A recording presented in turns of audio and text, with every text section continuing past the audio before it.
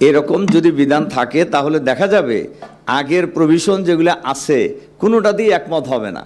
তার কারণ কেউ যদি একমত হইতে না চায় তাহলে তো বহু সুযোগ আছে এক জায়গায় নিয়ে যাওয়ার। আমার এই একটা পয়েন্ট, সালাউদ্দিন ভাই যে পয়েন্টটা বলছেন এই পয়েন্টই আমার একটু কথা, সেটা হলো ওনারা যখন 96 সালে সংসদে তত্ত্বাবধায়ক বিল পাশ করেছিলেন তখনও তো আপনারা এই সংসদে আবার ফিরে যাওয়ার কথা তো বলেন নাই। তা এখন হঠাৎ করে এখন সংসদে ফিরে যাওয়ার কোনো প্রভিশন যদি থাকে তাহলে তো কোনো সময় ঐক্যমত আগে আর হবে না।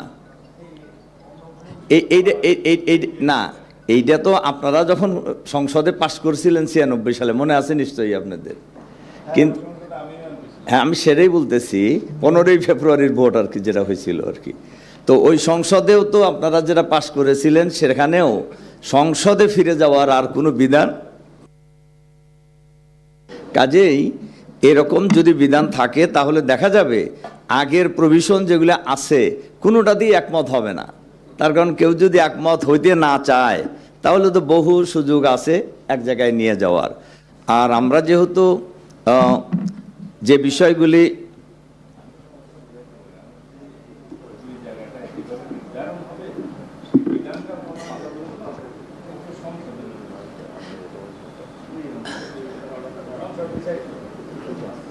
জি ঠিক আছে, ধন্যবাদ। আমি আমন্ত্রণ জানাচ্ছি জনাব জাভেদ রাসিন, যুগ্ম আহ্বায়ক, ন্যাশনাল সিটিজেন্স পার্টি।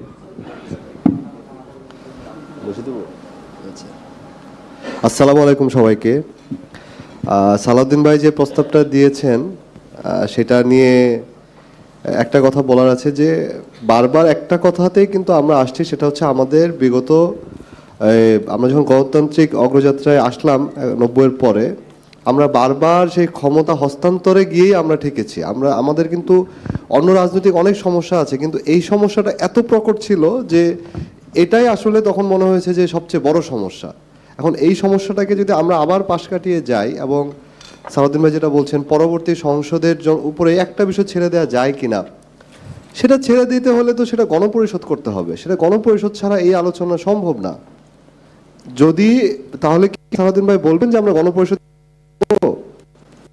যদি গণপরিষদের দিকে যাই সেটা ভিন্ন আলোচনা, সেটা অনেক বড় ফোরামে আলোচনা হবে, সবাই মিলে কথা বলবে, শ্রেণী পেশার মানুষ সেখানে মতামত দিবে, বিতর্ক হবে, সেখান থেকে একটা জিনিস উঠে আসবে।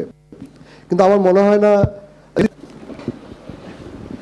ভাই সেটা ঠিক আছে, কিন্তু এই পরিমাণ বিতর্ক বা যে আপনি যে লেভেলে কথা চিন্তা করতেছেন সেটার জন্য গণপরিষদটাই কার্যকরী। আর সেই ক্ষেত্রে আমরা মনে করি এটার সমাধানটা এখানেই হওয়া উচিত, এবং এই সমাধান যদি এখানে না হয়, এটা আমরা যদি আবার জিয়ে রাখি, পরবর্তীতে আবার আমরা একটা রাজনৈতিক সংকটের দিকে যাব এবং আবার দেশ যুদ্ধ অবস্থায় চলে যাবে এবং অনির্বাচিত সরকার আসার পথ আবার খুলে যাবে। তো সেক্ষেত্রে আমার মনে হয় যে আমরা এটা যদি এখান থেকে ফয়সালা করতে পারি, এটা হবে ঐকমত্য কমিশনের সবচেয়ে বড় সাফল্য, যদি আমরা এই একটা বিষয়ে একটা নতুন ফর্মুলা এখান থেকে বের করে আনতে পারি।